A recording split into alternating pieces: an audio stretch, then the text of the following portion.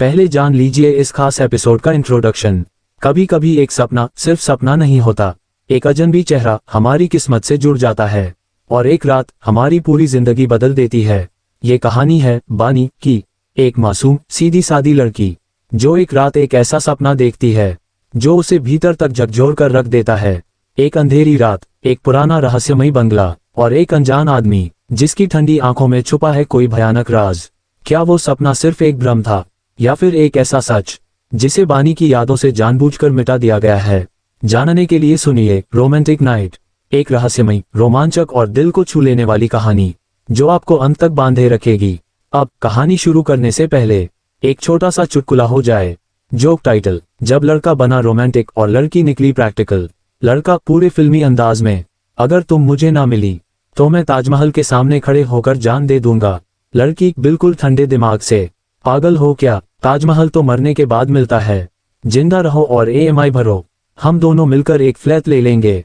Moral of the story, आजकल प्यार भी लोन अप्रूवल के बाद ही टिकता है। अगर आपको यह चुटकुला पसंद आया हो तो कमेंट्स में जरूर बताइएगा। और अब बिना देर किए शुरू करते हैं कहानी romantic night. Let's start. Romantic night, काली और गहरी रात। एक बड़े से बंगले के बीच चारों तरफ घोर अंधेरा छाया हुआ था और वही उस बंगले के सेकंड फ्लोर पर एक कमरे में हल्के पीले रंग की लाइट जल रही थी। रूम में हल्की हल्की रोशनी थी। एक प्यारी सी गुड़िया जैसी दिखने वाली लड़की किंग साइज बेड पर लेटी हुई थी। उसकी सांसें तेज चल रही थी और माथे पर पसीने की बूंदें चमक रही थी। वो एक सपना देख रही थी जिसमें वो देख रही थी कि कोई आकर अचानक से कमरे का डोर ओपन खोलकर रूम के अंदर आ जाता है और लोग, जो शायद देखने से ही पता चल रहा था कि वो लोग उस आदमी के बॉडीगार्ड्स, वो कमरे के बाहर रुककर रूम के निगरानी कर रहे थे। वो लोग जब अपने बॉस को देखते हैं तो अपना सिर झुकाकर उसका स्वागत करने लग जाते हैं। जैसे ही वो आदमी अपने कदम रूम के अंदर रखता है तो कोई बाहर से डोर को लॉक कर देता है और लाइट को काट दे। पूरे कमरे में बहुत अंधेरा था, सिर्फ खिड़की से चांद की रोशनी आ रही थी जो बेड पर सोई हुई बानी के चेहरे पर पड़ रही थी। उसका गोरा चेहरा चांद की रोशनी में चमक रहा। एक पल के लिए तो बनी को देखकर उस आदमी के कदम ठहर से जाते हैं। वो गौर से बानी के चेहरे को देखने लग जाता है। वही बानी जो बेड पर अपनी आंखें बंद करके बेड पर लेटी हुई थी। जब वो किसी के कदमों की आहट सुन तो वो धीरे धीरे अपनी आंखें खोलने की कोशिश करती हैं। वो अपनी धुंधली आंखों से देखने की साफ कोशिश कर रही थी कि उसके रूम में कौन आया है, लेकिन वो अपनी धुंधली आंखों से भी उस आदमी की लंबी और सीधी आकृति को देख सकती। वो उस आदमी के शरीर से निकलने वाली मजबूत आभा को महसूस कर सकती थी।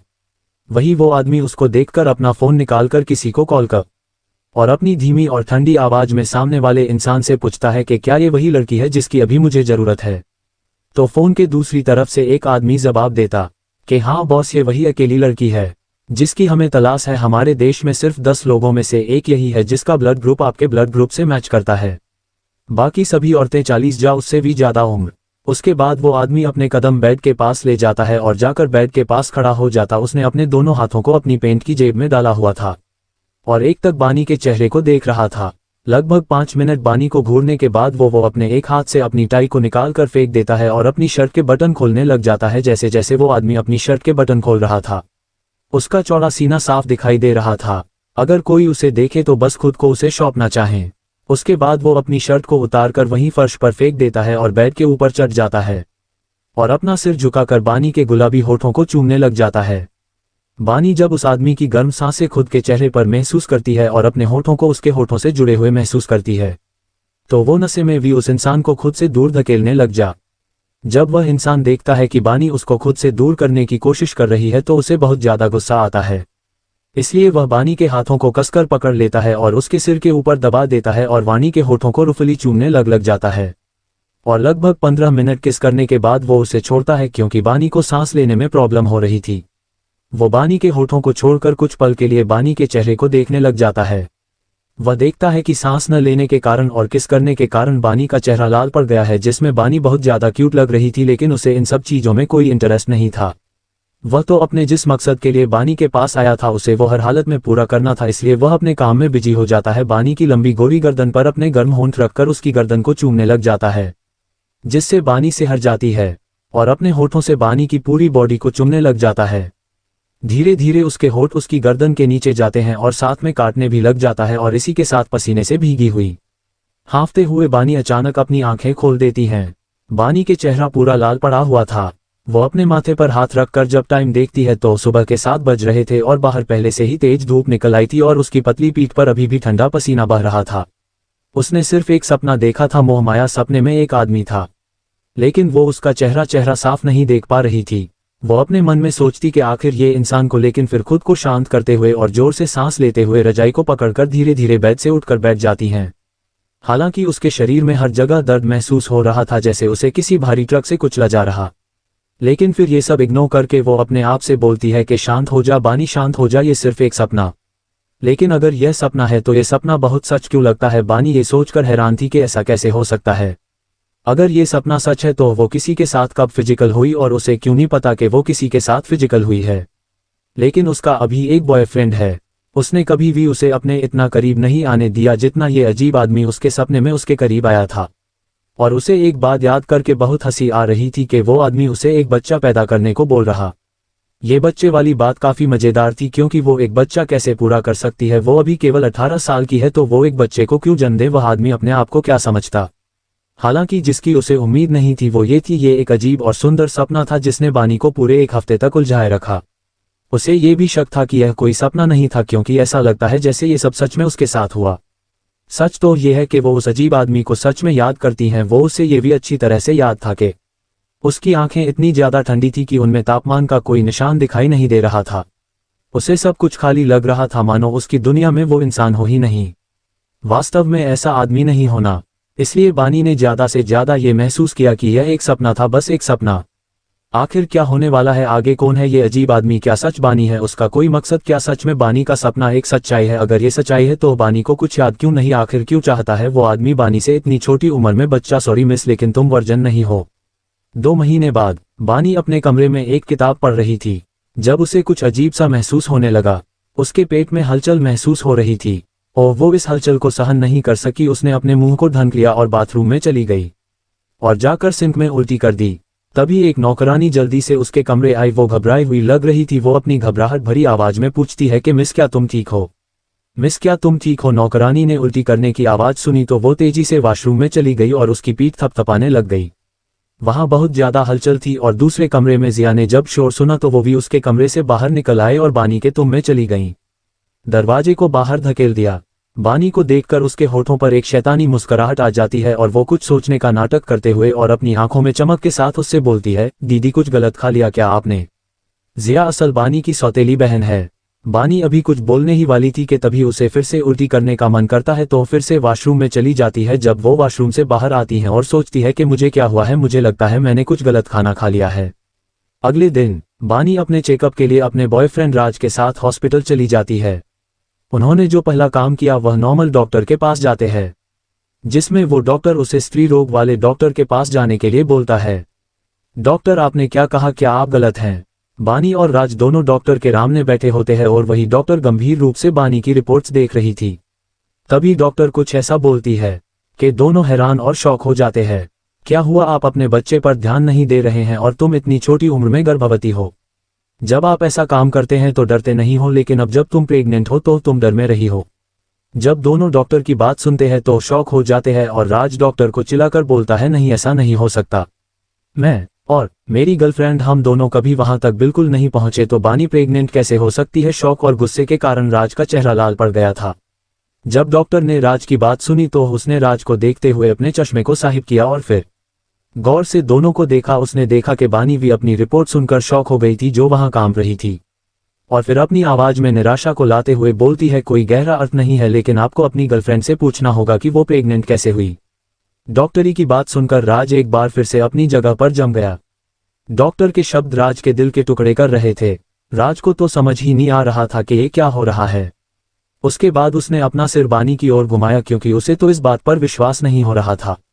जब बानी ने राज को खुद की तरफ झांकते हुए देखा तो उसने अपना सिर नामे हिलाया। उसके होंठ कांप रहे थे, गोरा रंग अब पीला पड़ गया था। उसने अपनी लड़खड़ाती आवाज में राज को बताया कि मेरा किसी भी आदमी के साथ कोई रिश्ता नहीं है, तुम्हारे अलावा आज तक मैंने किसी भी आदमी से बात नहीं की है। बानी अभी राज को बता ही रही थी कि तभी उनके कानों डॉक्टर की आवाज पड़ती है जो बोल रही थी, ठीक है, लेकिन आप वजन नहीं हैं और आप बिना बीज के प्रेग्नेंट नहीं हो सकती हैं। इसके बारे में खुद सोचे, क्या तुमको लंबे समय से पीरियड्स नहीं आई? क्या हाल ही तुम्हें नींद ज्यादा आती है या तुम्हें हमेशा चक्कर आने जैसा महसूस होता रहता है? डॉक्टर के सवालों को सुनकर से बानी हैरान हो गई। जब दोनों हॉस्पिटल से बाहर निकलते हैं तो दोनों अभी भी सदमे में थे और उनके चेहरे पीले पड़े हुए थे। आसमान में बादल छाए हुए थे और ठंडी हवाएं चल रही थी। दोनों को समझ नहीं आ रहा था कि क्या बोले। कुछ समय के बाद सहगल परिवार के हॉल में बानी जमीन पर अपने घुटने टेक कर बैठी हुई थी और उसके पिता वीर सहगल सामने सोफे पर बैठे हुए थे, लेकिन इस समय उनके चेहरे पर ठंडेपन के भाव थे। वो गुस्से अपने दांत पीछे हुए बानी से पूछते हैं कि तुमने कहा कि बच्चा राज का नहीं है तो किसका है ये बच्चा? वीर ने तीखेपन से बानी से पूछा। उनकी आवाज में गुस्सा साफ दिखाई दे रहा था। बानी अपने पिता की गुस्से वाली आवाज सुनकर काफी ज्यादा डर जाती है। उसकी आंखों से आंसू बह रहे थे और रोने के कारण उसका चेहरा लाल पड़ गया था। उसकी आंखें सूज गई थी और लाल पड़ गई थी, लेकिन फिर भी वह अपनी रुआंसी आवाज में अपने पिता से बोलती है, मुझे नहीं पता। वानी की आवाज हवा में कहीं खो सी गई थी। वीर जब बानी को सवाल का जवाब देते हुए सुनते हैं तो वो एक बार फिर से बहुत ज्यादा गुस्से में एक जाते हैं। फिर से वह बानी से बोलते हैं, पता नहीं तुम्हारी हिम्मत कैसे हुई मुझसे झूठ बोलने की। वीर गुस्से में सोफे पर अपना हाथ जोर से पटकते हुए बानी से बोलते हैं और एक बार फिर से बानी से बोलते हैं कि मैं आखिरी बार पूछ रहा हूं, ये बच्चा किसका है और इसका बाप कौन है? बानी के पास कोई जवाब नहीं था। पैंट उतारो और लेट जाओ। तभी मीरा बानी की सौतेली माँ ने आग में घी डालने के का काम करते हुए बोलती है कि वीर मैं अब इसे देख सकती हूँ, आपकी सबसे बड़ी बेटी जिससे आप अपनी दूसरी बेटी से भी ज्यादा प्यार करते हो, जो आमतौर पर सरल और साफ दिखाई देती है, लेकिन हम यह नहीं जानते थे कि बानी घर से बाहर जाकर किसी के साथ खिलवाड़ करेगी। अब आप साफ देख सकते हैं कि ये क्या गुण खिलाती है, इसलिए अब आपको इसे सुधारना ही होगा। कहीं ऐसा ना हो इसके कारण हमारी दूसरी बेटी की जिंदगी पर असर पड़े और इसके कारण हमारा परिवार बर्बाद ना हो जाए। माँ आप किस बारे में बात कर रही हैं? मैं कभी भी अपनी बहन की तरह नहीं बनूंगी। नहीं, मेरा मतलब है कि मैं घर से बाहर जाकर लड़कों के साथ खिलवाड़ नहीं करूंगी, ना ही शादी से पहले गर्भवती होंगी। मैं निश्चित रूप से आप लोगों को विश्वास दिलाती हूँ कि मैं कभी भी अपने परिवार को शर्मिंदा नहीं करूंगी। जिया की भौहें ऊपर की तरफ मुड़ी हुई थी और उसकी आवाज अभी भी नर्म थी, जो शायद आग में घी डालने का काम कर रही थी। जिया की बात सुनकर बानी की आंखें ठंडी हो जाती है। वो जोर से चिल्लाते हुए बोलती है कि जिया सहगल क्या तुम चुप हो सकती हो? जिया एक पल के लिए तो बानी की गुस्से वाली आवाज सुनकर डर जाती है और डरने का नाटक करते हुए बोलती है, मुझे क्षमा करे दीदी। जिया की आंखें लाल हो गईं। डैड मुझे दीदी से ऐसी बात नहीं करनी चाहिए थी और अपनी बहन को दुखी नहीं करना चाहिए था। वही वीर जब अपनी जिया की बात सुनता है तो वो इतना गुस्से में आ जाता है कि उसका चेहरा सख्त हो जाता है। गुस्से में वो अपनी जगह से खड़ा होता है और जिया के पास जाता और बिना किसी झिझक के उसके गाल पर थप्पड़ मार देता है और फिर गुस्से से चिल्लाते हुए बोलता है, तुमने कुछ गलत किया है लेकिन तुम्हें उसका एहसास नहीं और ऊपर से तुम अभी भी अपनी बहन के डांट रही हो। तुम्हें ये सब करते हुए क्या जरा सी भी शर्म नहीं आई? वीर का थप्पड़ हल्का नहीं है। उस समय बानी को बस अपने कानों में भनभनाहट महसूस हो रही थी। उसका चेहरा पीला पड़ गया था। हालांकि उसने सिर्फ अपने दांत पीस लिए और घुटने टेक दिए, फिर भी इसे स्वीकार करने से इनकार कर दिया। उसकी आंखों से आंसू निकल रहे थे। इस समय कोई भी उसे समझना नहीं चाहता था। उसे ही पता था कि उसे कितना दर्द हो रहा है। उसने अपना सारा कुछ खो दिया था। ये थप्पड़ पड़ना उसके लिए गलत था, लेकिन जब तक उसे फिर से उस आदमी से मिलने का मौका मिलता है, उसकी वजह से जो थप्पड़ उसे पड़ा है ये उस आदमी को जरूर वापस करेंगी। मुझे इस बच्चे से छुटकारा चाहिए तुरंत। वीर ने आखिरकार सीधा अपना बानी को आदेश सुना दिया। तभी सभी के कानों में एक बार फिर से जिया की आवाज पड़ी जो बोल रही थी। उसने आह भरी और बोली, दी राज आपके लिए बहुत अच्छे हैं, आपको सच में ऐसा नहीं करना चाहिए था। वही बानी के लिए सब बहुत ज्यादा दर्दनाक था, लेकिन वह ये भी जानती थी कि वो अब राज के लायक नहीं है। अगले दिन बानी अबॉर्शन करवाने के लिए बानी हॉस्पिटल में जाती तो वही मीरा उसका पीछा करते हुए बानी के पीछे चली जाती है, क्योंकि उसे कोई डर अंदर ही अंदर सता रहा था। बानी हॉल में बैठकर अपनी बारी आने का वेट कर ही रही होती है कि तभी एक नर्स बानी का नाम लेती है। बानी सहगल। नर्स ने जब उसका नाम पुकारा और तो बानी अपनी जगह से उठ खड़ी होती है। उसे ऐसा लग रहा था कि ये सब एक सपना है, जैसे कि वो जब अपनी आंखें बंद करके खोलेगी तो सब कुछ गायब हो जाएगा।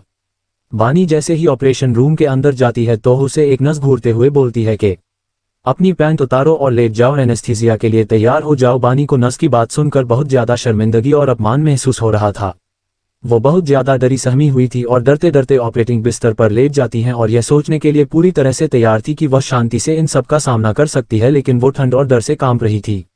उसे इस एहसास से नफरत थी। उसको अब उस इंसान से नफरत हो रही थी जिसके कारण उसकी जिंदगी बर्बाद हो गई, जिसके कारण उसने अपनी वर्जिनिटी खो थी और वो प्रेग्नेंट हो गई। लेकिन वो कुछ भी नहीं कर सकती थी क्योंकि वह ये भी नहीं जानती थी कि वह आदमी कौन था। वो अभी ये सब सोच ही रही होती हैं कि तभी एक ही झटके के साथ ऑपरेशन रूम का दरवाजा अचानक खुल जाता है। सफेद कोट पहने हुए लोगों का एक ग्रुप तेजी से अंदर आता है। उनके चेहरे डर था, जैसे कि वे लोग अपने दुश्मन के करीब हों। वही डॉक्टरों और नर्सों ने जब उन लोगों के बीच वाले आदमी को देखा तो वो खड़े होकर अपना सिर झुका लेती है और बोलती है, डीन। वही बानी बिना ध्यान दिए अभी भी ऑपरेटिंग टेबल पर लेटी थी। बानी सहगल यहाँ। बानी सहगल कौन है? क्या उसका कोई ऑपरेशन किया गया है? डीन बहुत ज्यादा घबराया और डरा हुआ था। उसने ने कुछ और बार पूछा और हर कोई उसकी आवाज में घबराहट और डर देख सकता था। अपना नाम सुनकर बानी की भौहें तन गई। वो टेबल से उठ गई। नज ने भी डरते हुए उसकी ओर इशारा किया। पूछा, डीन क्या आप इस बानी सहगल को ढूंढ रहे हो? नज की बात सुनकर डीन जल्दी से बानी को देखता है। उसके बाद अपना फोन निकालकर एक तस्वीर देखता जो उसे किसी द्वारा भेजी गई थी। उसने जब तस्वीर को देखा और फिर ध्यान से बानी को देखा तो वो हड़बड़ी में अपना सिर हिलाते हुए बोलता है, हाँ यह वही है। क्या इसकी कोई सर्जरी की गई है? डॉक्टर और नर्स को तो कुछ समझ ही नहीं आता कि क्या हो रहा है। तभी एक नर्स बोलती है, सर बस तैयारी कर रहे थे। दिन जब उनकी बात सुनता है तो एक राहत भरी सांस लेता है और फिर बोलता है, क्या तैयारी नहीं? किसी को भी उसकी सर्जरी करने की अनुमति नहीं है। नहीं, किसी को भी उसकी सर्जरी करने की अनुमति नहीं है। डीन ने नर्स को अपना आदेश दिया तो डीन की बात सुनकर हर कोई हैरान था। डीन के साथ ही जल्दी से उसके कान में कुछ बोलते हैं, मैंने अभी एक फ़ोन कॉल का जवाब दिया है और मुझे बताया गया है कि किसी भी पता नहीं चलना चाहिए। नर्स को बताकर हम कोई जोखिम उठा सकते। डॉक्टर भी सुनना चाहती थी कि ऐसा कौन है। दूसरी तरफ उसके कानों में किसी का नाम बताया गया जिसको नाम सुनते ही डॉक्टर चौंक गई और वह बहुत देर तक अपना मुंह बंद नहीं कर सकी।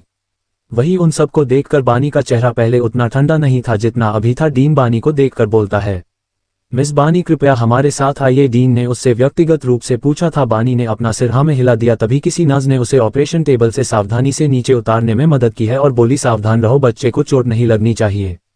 बानी कुछ समझ नहीं पा रही थी, इसलिए उसने डॉक्टर से पूछा कि तुम मेरा अबॉर्शन क्यों नहीं कर सकती? तो डॉक्टरी माफी मांगते हुए बोलती है कि मिस बानी प्लीज इसका कारण मत पूछो, अपने बच्चे के लिए सोचो, आपको इसे खुद से दूर नहीं करना चाहिए। हमारा अस्पताल आपके लिए यह नहीं करेगा। यहाँ तक कि पूरे देश में भी कोई डॉक्टर नहीं है, कोई भी अस्पताल नहीं है जो आपके अबॉर्शन के लिए मानेगा। आप हमारे अस्पताल में एक बच्चे को जन्म दे सकती है लेकिन अबॉर्शन नहीं करवा सकत। तभी डीन जाते हुए बानी से बोलता, मिस प्लीज मेरे कैबिन में आइए और मैं आपकी जांच करूंगा और आपको कुछ डाइट्स बताऊंगा। बानी को अब गुस्सा आ रहा था, इसलिए वो अपने दांत पीचते हुए बोलती है, क्या आप मेरे बच्चे के पिता को जानते हैं? बानी ने डीन को घूर कर देखा। इतने लंबे समय के बाद इस समय उसका मूड शांत था और उसकी आंखें ठंडी हो गई थी। डीन वह कौन है और वह कहाँ है? वो मुझे अबॉर्शन करवाने की परमिशन क्यों नहीं देता? बानी ने डीन को घूर कर देखा। इतने लंबे समय के बाद इस समय उसका मूड शांत था और उसकी आंखें ठंडी हो गई थी। डीन वह कौन है और वह कहाँ है? वो मुझे अबॉर्शन करवाने की परमिशन क्यों नहीं देता? अभी अभी बानी ने बेहोशी की हालत में डीन के सहायक को डॉक्टर के कान में उस आदमी का नाम लेते हुए सुना। हालांकि उसने सिर्फ सरनेम ही सुना था, उसके आगे का वो कुछ भी नहीं सुन पाए। बानी की बात सुनकर डीन ने शर्मिंदगी में अपना सिर हिला दिया और फिर बोला, मिस सहगल मुझे आशा है कि आप मुझे शर्मिंदा नहीं करेंगी। मुझे नहीं पता कि जिसके बारे में मैं जानता हूँ वो आपके बच्चे का पिता है या नहीं, लेकिन अगर आपको मेरी बात पर यकीन नहीं है तो आप दूसरे हॉस्पिटल में जाकर अबॉर्शन करवाने की कोशिश कर सकती है। बानी को दिन और उस आदमी पर बहुत गुस्सा आ रहा था, लेकिन उसने दूसरे हॉस्पिटल में जाने के बारे में जरूर सोच लिया था क्योंकि वो इस बच्चे को नहीं रख सकती थी और अभी उसकी उम्र इतनी छोटी थी कि वो एक बच्चे की रिस्पॉन्सिबिलिटी नहीं ले सकती थी। हालांकि डीन के अस्पताल में बानी को अबॉर्शन की जगह पर बहुत पोषक तत्व वाली चीज दी गई जिसकी वजह से उसका बच्चा तंदुरुस्त पैदा हो। जैसे ही बानी को बताया जाता है कि आपके बच्चे का अबॉर्शन हमारे हॉस्पिटल में नहीं किया जा सकता तो बानी बहुत ज्यादा निराश हो जाती है। उधर तभी उसके पीछे मीरा जो उसका पीछा कर रही थी वह जाकर कोने में छिप जाती है और वहां से अपने हस्बैंड को कॉल करके हुए बोलती है कि वीर हॉस्पिटल वाले बानी का अबॉर्शन नहीं कर रहे हैं। जैसे ही वीर मीरा की बात सुनता है तो उसे बहुत ज्यादा गुस्सा आता है। वह गुस्से से बोलता है कि ऐसा कैसे हो सकता है? तो मीरा बोलती है कि मुझे नहीं पता। तो वीर मीरा से बोलता है कि ठीक है, उसे किसी और हॉस्पिटल में भेज दो, लेकिन मुझे हर हालत में इस बच्चे से छुटकारा चाहिए। जैसे ही मीरा जब ये सुनती है तो वो अपना सिर हाँ में हिला देती है और फिर हाँ बोलकर कॉल काट देती है। उसके बाद वहीं छुपी रहती है और डॉक्टर और वाणी की बातें सुनने लगती है। कुछ पल के बाद ना बानी जैसे ही उस हॉस्पिटल से बाहर जाती है तो उसके फोन पर वीर का मैसेज आता है जो बोल रहा था कि बाकी के हॉस्पिटल में जाकर देखो कि अगर तुम्हारा अबॉर्शन हुआ या नहीं। जैसे ही बानी वह महसूस करती है, वह अपने मन में सोचती है कि डैड को कैसे पता चला कि मैं अबॉर्शन के लिए आई थी और मुझे मना कर दिया। तभी उसको लगता है कोई उसका पीछा कर रहा है, लेकिन वो इस बात पर ध्यान नहीं देती। उसके बाद वो कुछ और हॉस्पिटल में जाती है अपना अबॉर्शन करवाने के लिए, लेकिन वहाँ भी उसे सिर्फ एक ही बात बोली जाती है कि सॉरी मैम, लेकिन हम आपका अबॉर्शन नहीं कर सकते। जैसे ही ये बात वीर को पता चलती है कि बाकी हॉस्पिटल ने भी बानी का अबॉर्शन करने से मना कर दिया है तो वह बहुत ज्यादा शॉक हो जाता है, क्योंकि वह चाहे कितना ही बड़ा डिप्टी मेयर क्यों ना हो, लेकिन उसके हाथ में इतनी पावर नहीं थी कि वो पूरे देश के हॉस्पिटल को अपने अंडर कंट्रोल कर ले। वह अपने मन में ये सोचने पर मजबूर हो जाता है कि जो भी इस बच्चे का पिता है वह उससे भी ज्यादा पावरफुल है, नहीं तो वह कैसे हॉस्पिटल को कंट्रोल कर पाता है। तभी तो सभी हॉस्पिटल बानी का अबॉर्शन नहीं कर रहे हैं। वहीं शाम के समय बाकी सभी फैमिली अपने हॉल में बैठी हुई थी।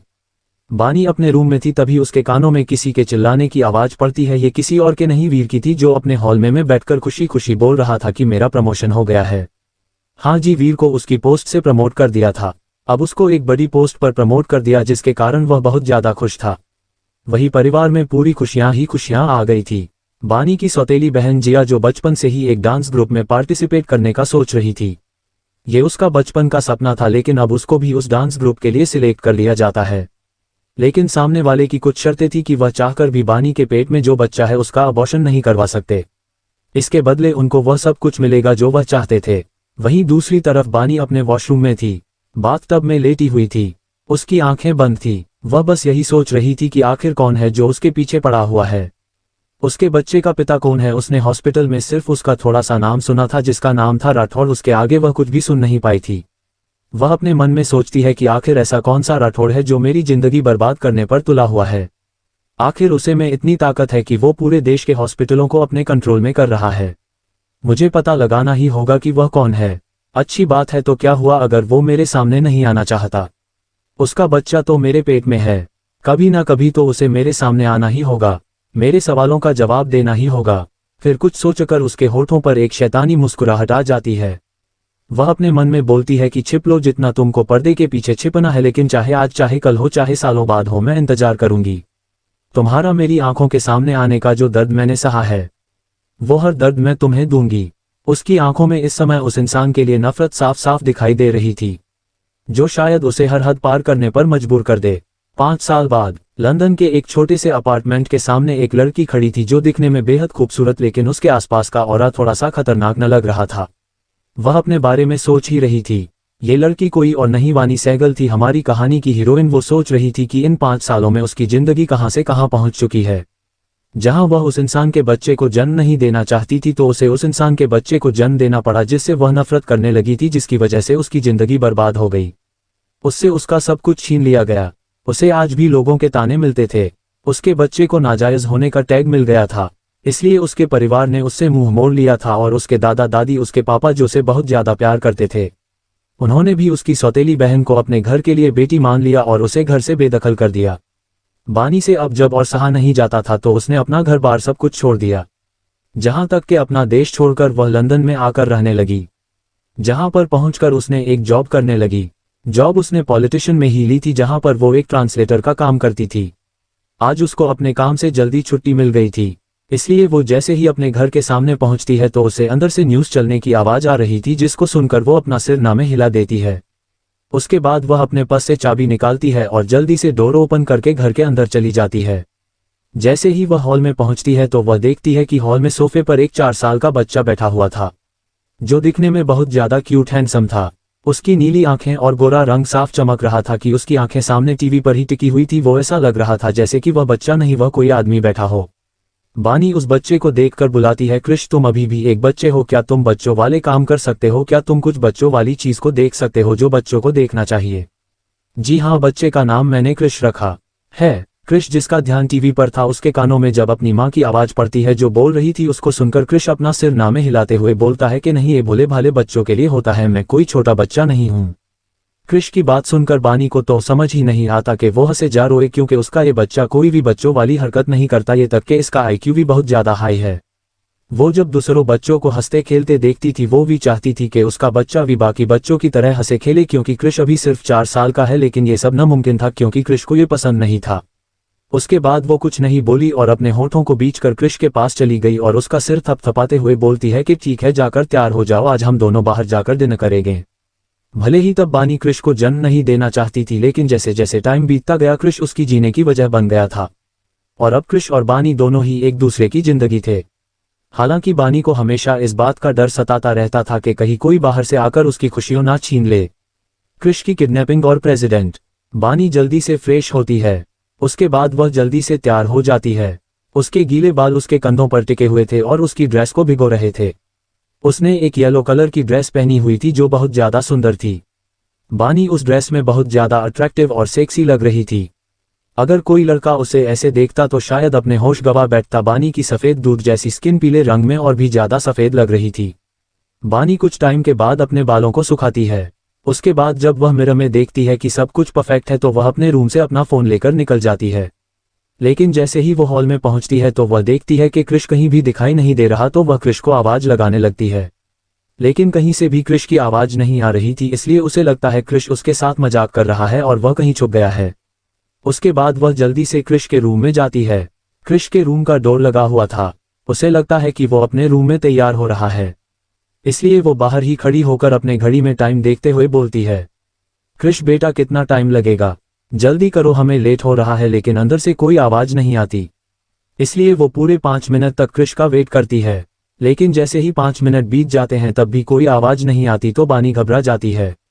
उसके बाद वह जल्दी से क्रिश के रूम का डोर ओपन करती है। लेकिन जैसे ही वह रूम के अंदर जाती है तो उसे रूम में कोई भी दिखाई नहीं देता, जिसके कारण वो घबरा जाती है। उसके दिल में भी दर्द होना शुरू हो गया था, क्योंकि आज पहली बार क्रिश इस तरह से कहीं छुपा हुआ था। इसलिए वह जल्दी से बाथरूम में जाकर बोलती है कि क्रिश तुम कहाँ पर हो, जल्दी करो, मामा को टेंशन हो रही है, जल्दी से सामने आ जाओ, देखो अभी मुझे डराओ मत। लेकिन फिर भी किसी की कोई आवाज नहीं आती। तो बानी जल्दी से पूरे घर में क्रिश को ढूंढने लगती हैं और रोते हुए उसे आवाज लगा रही थी। हालांकि यहाँ उसे लग रहा था कि क्रिश वहां छुपा हो सकता है। उसने घर का वो हर कोना चेक कर लिया, लेकिन उसे क्रिश कहीं नहीं मिलता, जिसके कारण उसके दिमाग में बुरे बुरे ख्याल आने शुरू हो जाते हैं। वो जल्दी से अपने घर से बाहर निकलती है। इस समय वो अपने फोन में किसी का नंबर डायल कर रही थी, लेकिन कोई भी उसकी कॉल पिक नहीं कर रहा था, जिसके कारण वो और ज्यादा घबरा जाती है और घबराते हुए जल्दी से लिफ्ट के अंदर जाकर ग्राउंड फ्लोर का बटन प्रेस कर देती है। इस समय वो लंबी लंबी सांस लेकर खुद को शांत करने की कोशिश कर रही थी, लेकिन उससे कोई फर्क नहीं पड़ता। वह इतनी ज्यादा घबराई हुई थी, उसे ऐसा महसूस हो रहा था जैसे कि कोई उसके दिल के टुकड़े को उससे दूर ले जा रहा हो। जैसे ही लिफ्ट ग्राउंड फ्लोर पर पहुंचती है तो वह जल्दी से बाहर निकल जाती है और आसपास के लोगों से पूछती है कि उन लोगों ने क्रिश की तो नहीं देखा, तो सभी ना में अपना सिर हिला देते हैं। तभी एक बूढ़ा कपल उसे देखता है और बोलता है कि हमने अभी अभी कुछ काले रंग के कपड़े पहने हुए लोगों को क्रिश को अपने साथ ले जाते हुए देखा है। मुझे लगता है कि वो लोग उसकी किडनैपिंग कर उसे जहां से लेकर जा रहे हैं, जल्दी करो और उन्हें रोको। बानी जैसे ही उस कपल की बात सुनती है तो वह घबरा जाती है और जल्दी से उसे बिल्डिंग से बाहर की तरफ भागने लगती है। जैसे ही वह भागते भागते बिल्डिंग से बाहर आती है तो वह जब सामने का नज़ारा अपनी आंखों से देखती है तो उसका मुंह खुला का खुला रह जाता है और उसके पैर नरम पड़ जाते हैं, क्योंकि उसके सामने 100 से ज्यादा बॉडीगार्ड थे जो काले रंग के कपड़े पहने हुए थे। उन लोगों ने पूरी की पूरी बिल्डिंग को घेर रखा था और उसकी आंखों के सामने लगभग 50 से भी ज्यादा काले रंग की महंगी से महंगी कार खड़ी थी। और जैसे ही वह अपने कदम आगे की तरफ बढ़ाती है तो 2 बॉडीगार्ड आकर उसे रोक देते हैं और उसे बोलते हैं कि मैम आप आगे नहीं जा सकती। जैसे ही बानी बॉडीगार्ड की बात सुनती है तो बहुत ज्यादा गुस्सा हो जाती है।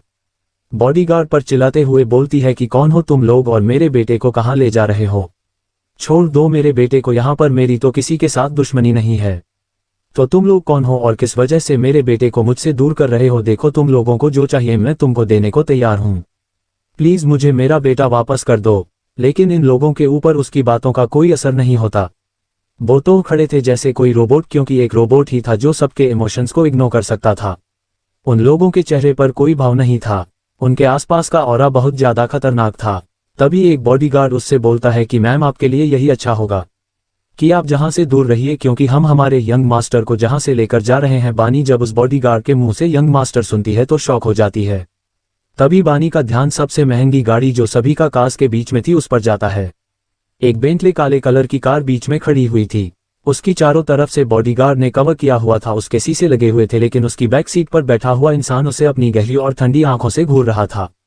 उस समय उस काले शीशों के अंदर भी बानी को सिर्फ किसी की गहरी नीली आंखें ही दिखाई दे रही थी, जो कि बहुत ज्यादा खतरनाक लग रही थी। वो उन आंखों को देखकर डर जाती है।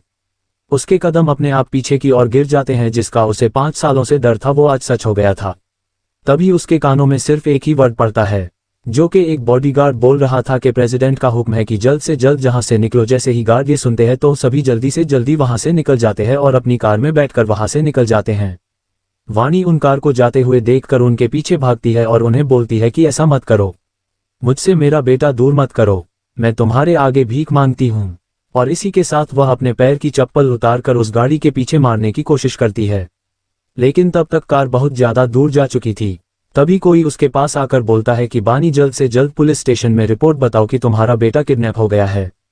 बानी को भी ऐसा ही लगता है, लेकिन जैसे ही वह पुलिस स्टेशन के लिए जाने वाली होती है कि तभी उसके फोन पर एक मैसेज आता है जिसको पढ़कर वह शॉक हो जाती है और वह वही घुटनों के बल गिरकर जोर जोर से रोने लगती हैं। बाप बेटे का आमना सामना। जब कोई बानी से पूछता है कि बानी तुम पुलिस स्टेशन क्यों नहीं जा रही, तो बानी अपने कांपते हुए होठों से बोलती है वह क्रिश के पिता हैं। क्रिश का पिता। बानी बहुत ज्यादा घबराई हुई लग रही थी और पकड़ में आ गई। उसे बहुत ज्यादा डर लग रहा था। वो अपने मन में बोलती है कि वो ऐसा कैसे कर सकता है, वो इतनी क्रूरता से एक बच्चे को उसकी मां से कैसे दूर कर सकता है। यहां तक कि वो तो अच्छी तरह से जानती भी नहीं थी कि वो आदमी है कौन। तभी कोई पीछे से आकर बानी के कंधे पर हाथ रख उसे बोलता है कि डरो मत बानी, हम लोग तुम्हारे साथ है, कोई भी तुम्हारे बच्चे को तुमसे दूर नहीं कर सकता। चलो पुलिस के पास जाते हैं और उन्हें रिपोर्ट लिखवाकर उनको सीसीटीवी फुटेज देखने को बोलते हैं। वही बाकी के लोग एक दूसरे के कान में बात कर रहे थे कि शायद बानी ने किसी बड़े आदमी को नाराज कर दिया है, जिसे कारण वो बानी से क्रिश को दूर करके उससे अपना बदला ले रहा है। लेकिन जो सच्चाई थी वो तो किसी को भी नहीं पता थी। आखिर बानी ने किसे नाराज कर दिया। वही बानी को थोड़ी सी उम्मीद थी कि क्रिश का पिता उसे इसके साथ लड़ने का मौका तो देगा ही। उसे ने कभी नहीं सोचा था कि वो आदमी बिना किसी की मदद से सीधा गुंडों की तरह उससे उसका बेटा छीन कर ले जाएगा, और उसका जो स्टेटस था वो तो सबसे ऊपर और हाई प्रोफाइल था। इसलिए अब बानी को डर लग रहा था। वो बस एक ही बात बार बोल रही थी, आई विल किल यू, मैं उसको जान से मार दूंगी।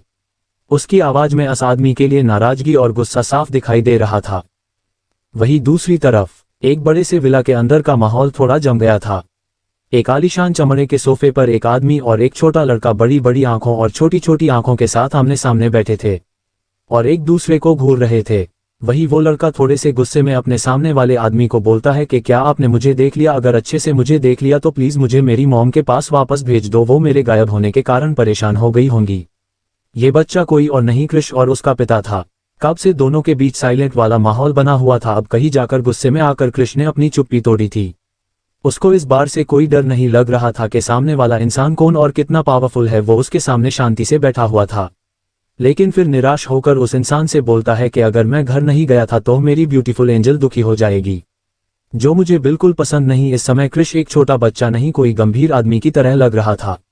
वही उसके सामने बैठा हुआ अबीर सिंह राठौड़ उसके सामने वाले सोफे पर बैठा हुआ था। उसकी सुंदर बाहें आपस में सिकुड़ी होती है और उसके चेहरे पर कोई भाव नहीं था, लेकिन वो फिर भी काफी अट्रैक्टिव और चार्मिंग लग रहा था। लेकिन उसके शरीर से निकलने वाली खतरनाक आभा उसे बहुत ज्यादा खतरनाक बना रही थी। क्रिश की बात सुनकर वो अपनी ठंडी निगाहों से एक बार अपने पीछे खड़े अपने असिस्टेंट विक्रम को देखता है, तो विक्रम उसका इशारा समझ जाता है और अपने कदम क्रिश की तरफ बढ़ा देता है और उसे समझाते हुए बोलता है कि लिटिल मास्टर आप अब कहीं नहीं जा सकते, ये आपका घर है। विक्रम की बात सुनकर क्रिश उसे बोलता है कि ठीक है, वैसे भी मेरी एंजल हमेशा एक घर के लिए परेशान रहती है, क्योंकि उसके पास अपना घर खरीदने के लिए इतने पैसे नहीं है। अभी वो एक किराए के छोटे से फ्लैट में रहते थे। तो वो कुछ होते हुए बोलता है कि जब मेरे पास अपना घर नहीं होगा तो मैं अपनी पत्नी से शादी नहीं कर पाऊंगा, लेकिन अब मेरे पास इतना बड़ा घर होगा तो मैं फ्यूचर में अपनी 10 पत्नियों को साथ में रख सकूंगा और रह सकूंगा।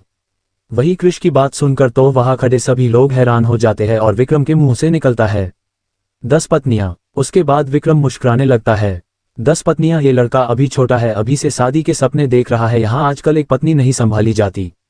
वही यंग मास्टर 10 पत्नियों से आधी कर क्या जिंदा रह पाएंगे। वही अबीर अपने बेटे को गौर से देख रहा था। उसकी बात सुनकर उसके चेहरे पर अजीब से भाव आ जाते हैं, लेकिन फिर कोई कुछ नहीं बोलता। कुछ पल की शांति के बाद विक्रम क्रिश से बोलता है कि लिटिल मास्टर आप क्या अपना सरनेम बदलना चाहते हैं, क्योंकि आज से आपका सरनेम राठौड़ होगा। क्रिश राठौड़, ये बहुत भयानक है, मैं अपना सरनेम नाम नहीं बदलना चाहता।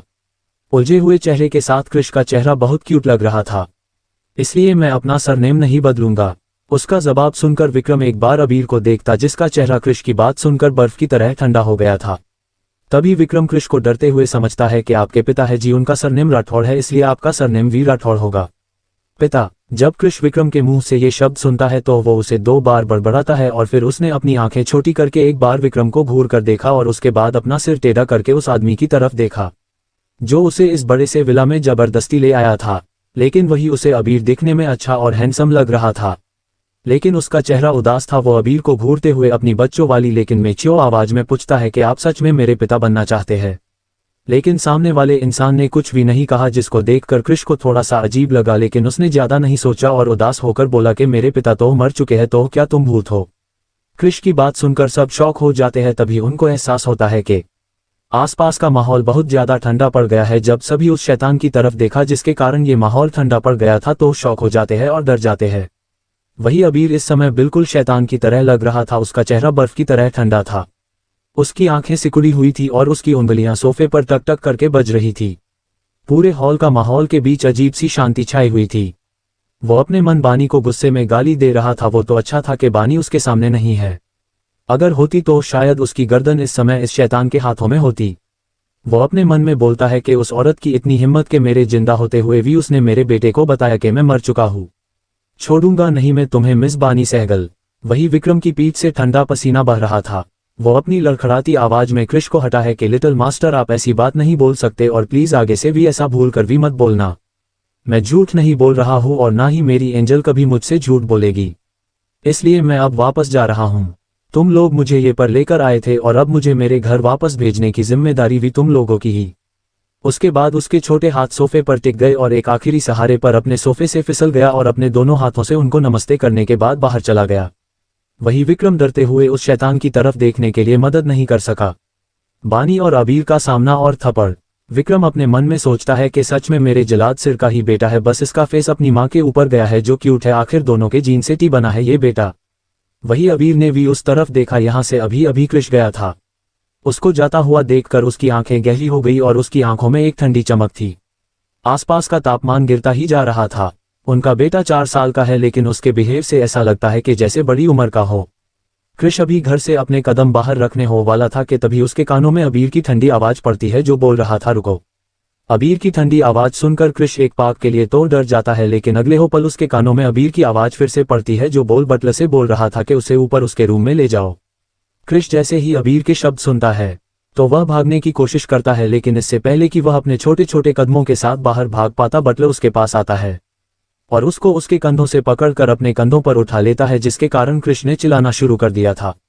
उसने बटलर के कंधों पर काट भी दिया था और साथ ही साथ उसने अपने हाथ पैर भी चलाए थे। जहां तक क्रिश ने अपने पैरों से बटलर के सीने भी मारा था, लेकिन उसके मरने से बटलर को कोई फर्क नहीं पड़ रहा था। जैसे ही क्रिश देखता है कि वह उसे नीचे नहीं उतार रहा तो वह जोर से चिल्लाते हुए बोलता है कि तुम लोग बहुत ज्यादा बुरे हो, बुरे लोग हो तुम लोगों से नफरत है। काफी देर तक चिल्लाने और बच्चों की तरह पागलपन करने के कारण का उसकी आवाज बदल जाती है। वो हल्की आवाज में भी सिर्फ यही बोल रहा था कि मुझे नीचे उतारो, सुना नहीं तुमने, मुझे मेरी मॉम के पास जाना है। वहीं सोफे पर बैठा हुआ अबीर यह सब देख रहा था, लेकिन फिर भी उसने कुछ नहीं बोला। वो कुछ सोच समझकर उस तरफ देखने लग जाता है जहां से अभी अभी क्रिश को ले जाया गया था। वो अभी उधर देख ही रहा था कि तभी उसके कानों में विक्रम की आवाज पड़ती है जो बोल रहा था कि सर आप आगे क्या करने वाले हैं। वही बानी लगभग पागल हो गई थी क्रिश को ढूंढते ढूंढते। उसकी आंखों के सामने बार अबीर की ठंडी आंखें ही घूम रही थी। उस समय सबकी आंखों के सामने गाड़ियों का इतना लंबा काफिला गुजरा था और किसी को छिपा नहीं था, सभी ने देखा था। लेकिन जब वो थाने गई तो पुलिस ने कहा सीसीटीवी फुटेज में इसका कोई रिकॉर्ड नहीं है, जिसके कारण वो टूट गई थी। उस इंसान ने उसे बिना सिर वाली मक्खी की तरह क्रिश की लाइफ से बाहर निकाल फेंका था। उसको क्रिश को ढूंढना था, लेकिन उसे समझ ही नहीं आ रहा था कि कहाँ ढूंढे उसे, क्योंकि उसे तो पता ही नहीं था कि वो इंसान कौन है। वह अभी भी विदेश मंत्रालय में सिर्फ इंटर्न के तौर पर काम रही थी, इसलिए उसे वहां से बहुत मुश्किल से छुट्टी मिलती है। हालांकि उसने कितने लोगों को क्रिश खोजने के लिए बोला, उसने अपने पिता को भी बोला जिसको उसने 5 साल पहले छोड़ दिया था, लेकिन अब उसके पास और कोई रास्ता नहीं था। लेकिन किसी को भी क्रिश का पता नहीं चल रहा था। ऐसा लगता है जैसे क्रिश नाम का कोई बच्चा इस दुनिया में हो ही नहीं। अगले दिन बानी पुलिस स्टेशन के लिए जा ही रही होती है कि तभी उसके सामने 5 काले रंग की कार आकर खड़ी हो जाती है। जैसे ही बानी उनका कार को देखती है तो वह पहले ही दिमागी तौर पर तैयार थी और उसने चालाकी से अपने चारों ओर देख लिया था कि उसको कोई खतरा तो नहीं है। जैसे ही वह सब सोच रही होती है कि तभी उसका ध्यान एक कार की तरफ जाता है जिसका दरवाजा धक्का देकर खोल दिया गया था और उस कार से एक लंबा चौड़ा आदमी बाहर निकला था जिसने काले रंग के कपड़े पहने हुए थे। वह आदमी उसके सामने आकर अपना सिर झुकाकर बोलता है, हेलो मिस सहगल। जैसे ही बानी उसके मुंह से अपना सरनेम सुनती है तो उसकी आंखें सिकुड़ जाती हैं। वह उससे बोलती है कि तुम मुझे कैसे जानते हो, क्योंकि बानी ने आज से पहले कभी उस इंसान को नहीं देखा था। तो वह इंसान बानी की बात सुनकर मुस्कुरा देता है। उसे बोलता है कि आप मुझे नहीं जानती, लेकिन मैं आपको बहुत अच्छे से जानता हूं। मुझे जहां पर मेरे बॉस ने भेजा है। जैसे ही बानी उसकी बात सुनती है तो वह अपनी भौहें को ऊपर की तरफ मुड़ते हुए और अपने गुस्से भरी आवाज में पूछती है कि तुम्हारा बॉस कौन है। तो वह बोलता है कि आपको जल्दी ही पता चल जाएगा कि मेरा बॉस कौन है। बानी उसकी बातों में ज्यादा इंटरेस्ट नहीं लेती, इसलिए वहां से जाने लगती है। तो वह आदमी उसे बोलता है कि अगर आप अपने बेटे को देखना चाहती हैं तो आप हमारे साथ चल सकती हैं, नहीं तो आपको भी पता है कि आप कभी भी अपने बेटे को ढूंढ नहीं पाएंगे। बानी जैसे ही उसकी बात सुनती है तो उसके कदम अपनी जगह जम जाते हैं। वो शॉक हो गई थी। वह अपने मन में सोचती है कि इसका क्या मतलब है कि मैं अपने बेटे को कभी ढूंढ नहीं पाऊंगी।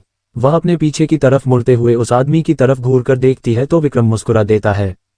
उसके बाद वो बानी से बोलता है तो बानी भी उसके साथ चलती है हुए उसे पूछती है कि तुम्हारा बॉस कौन है जिसने मेरी जिंदगी खराब कर दी और मेरे बेटे को लेकर जहां से चला गया। बानी की बात सुनकर विक्रम मुस्कुरा देता है लेकिन कुछ नहीं बोलता। उसके बाद वो जाकर पूरी रिस्पेक्ट के साथ कार का डोर ओपन करता है तो बानी कार के अंदर जाकर बैठ जाती है।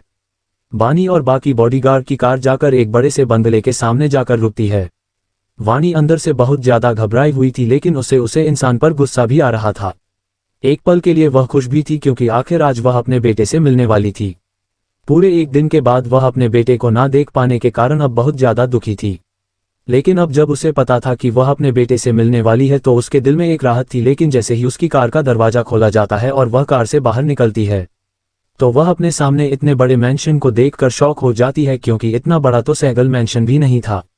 वह जैसे जैसे अपने कदम आगे बढ़ाती है तो वह मैंशन की खूबसूरती में कहीं खो जाती है क्योंकि ये राष्ट्रपति भवन था जिसको पूरी तरह से सजाया गया था, जहां पर साफ सफाई भी। बानी जैसे हॉल में जाती है तो विक्रम उसे बोलता है कि मिस सहगल आप आज से यही रहेंगी अपने बेटे के साथ। आप जहां चाहे वहां जा सकती हैं और जहां चाहे घूम सकती हैं, लेकिन कोई भी चालाकी मत कीजिएगा। जैसे ही बानी उसकी बात सुनती है तो वह अपनी आंखों को छोटे छोटे करके उसको घूरकर देखती है, जिनको देखकर एक पल के लिए तो विक्रम भी घबरा जाता है। उसके बाद वहां से जाते हुए एक नौकर को बोलता है कि मैडम को उनका कमरा दिखा दो। वही एक नौकरानी आकर बानी के पास बोलती है कि चलिए मैडम मैं आपको आपका कमरा दिखा देती हूँ। जैसे ही वानी उस नौकरानी की बात सुनती है तो वह अपना सिर हाँ में हिला देती है और उसके साथ चली जाती है।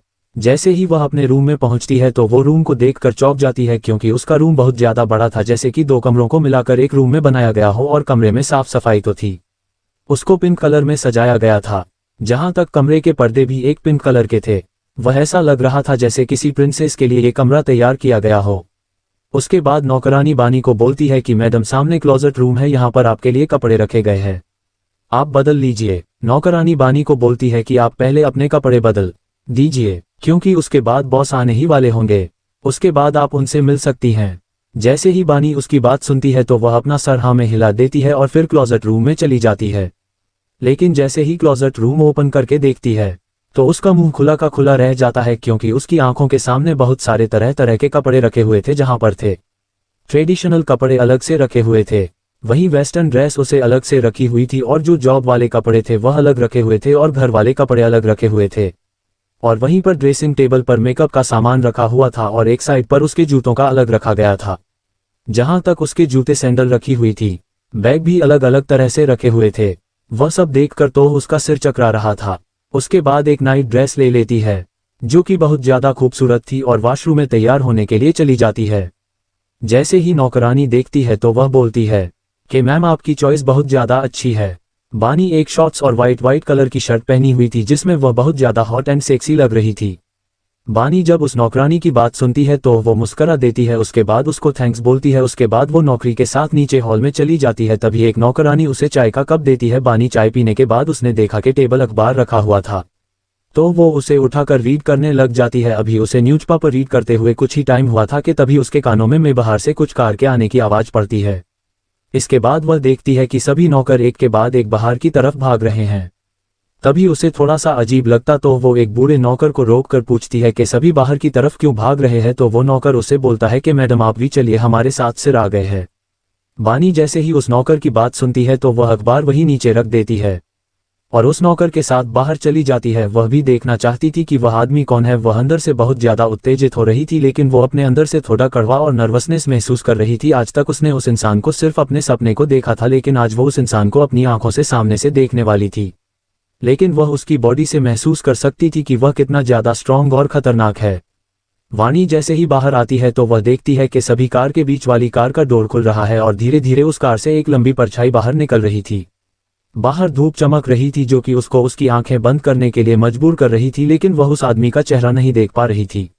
लेकिन उसके शरीर से निकलने वाले आभा, उसका चलने का तरीका, उसके आसपास का माहौल महसूस कर सकती थी कि उस आदमी का ऑरा कितना ज्यादा खतरनाक है।